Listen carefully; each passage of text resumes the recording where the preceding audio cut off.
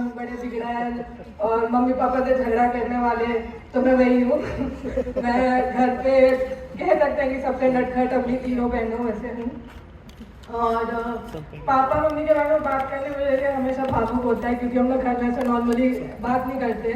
सबके सामने बोलना हो सकता है मैं आगे वो भी दूँ, तो सबसे पहले सबको चेतावनी दे रही हूँ। और पापा के बारे में यही बोलना चाहूँगी कि काफ़ी बच्चे ऐसे होते हैं जो अपने पेरेंट्स को हीरो मानते हैं। मैंने दूसरों की आंखों में पापा को हीरो बनते हुए देखा है। पापा हमेशा काम के प्रति बहुत ईमानदार, और ऐसा होता था कभी कभी कि छुट्टियां तो उन्होंने लेते नहीं थे, संडे भी, सैटरडे मंडे कुछ भी हो, काम के प्रति बहुत ईमानदार थे। और ये मैं दूसरों के आंखों में देखती थी, क्योंकि वो एचआर में है। एचआर में लोकलाइट और जितने भी लोग पापा से जुड़े होते थे, वो आगे हमसे बोलते थे कि आपके पापा इतने अच्छे हैं, आपके पापा ने बहुत मेहनत करके काम किया है, और इतने लोग को एनटीपीसी के जरिए जो भी नौकरी दिलाई है, जो भी काम किया है, बहुत ईमानदारी से किया है। तो रिहान मेरे लिए एक घर के जैसे ही, क्योंकि वहाँ पे हम पले बड़े हैं। पर जब मैं दादरी गई, मैं इतनी शौक थी वहाँ के कल्चर से, वहाँ के लोकलाइट से, कि यहाँ पे क्या होगा। पर पापा ने 7 साल वहाँ पे भी काम किया। आखिर में मैंने देखा कि जाते हुए लोग रो रहे थे कि पापा वहाँ से जा रहे हैं और एचआर को छोड़ के जा रहे हैं। तो वो एक्सपीरियंस करना कि आप तो अपने माता पिता की इज्जत करते ही हो, पर जब आप दूसरों के नज़र में वो देखते हो, तो वो एक अलग ही फीलिंग होती है कि आप समझते हो कि लोग क्यों पापा को इतना मानते हैं। मेरे व्हाट्सएप ग्रुप का भी नाम पापा मेरे सुपर हीरो है।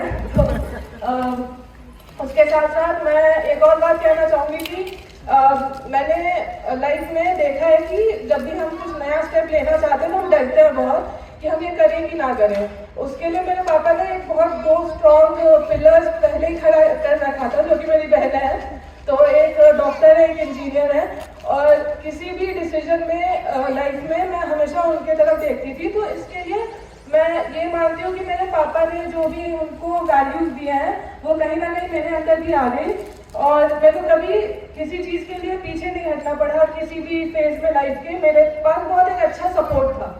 और जिस जगह से मैं आती हूँ, वहाँ पे लड़कियों को इतना फेवर नहीं करते पढ़ाई के लिए, शादी कर दी जाती है जल्दी, और बहुत सारी दिक्कतें होती हैं।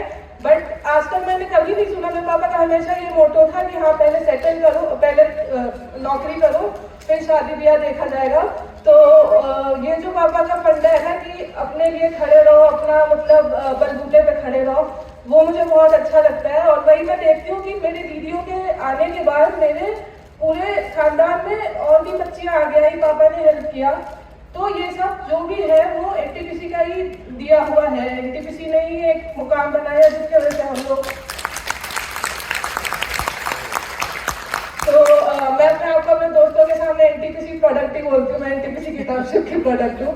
बड़ा एक एनवायरनमेंट है ऐसा जो आपको बहुत प्रोटेक्टिव रखता है। जब आप बाहर जाते हो तो आपको पता चलता है कि जिंदगी इतनी रोजी रोजी नहीं होती है, बहुत उतार चढ़ाव आता है।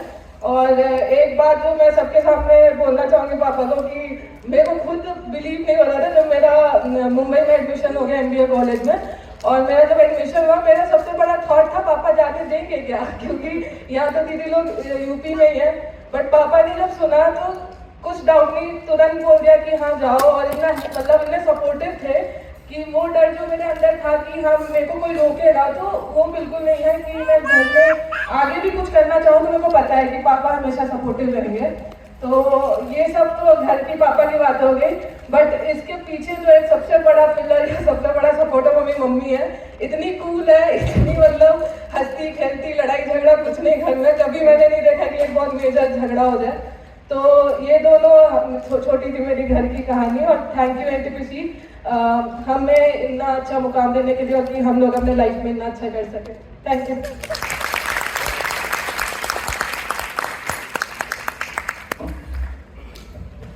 Thank you.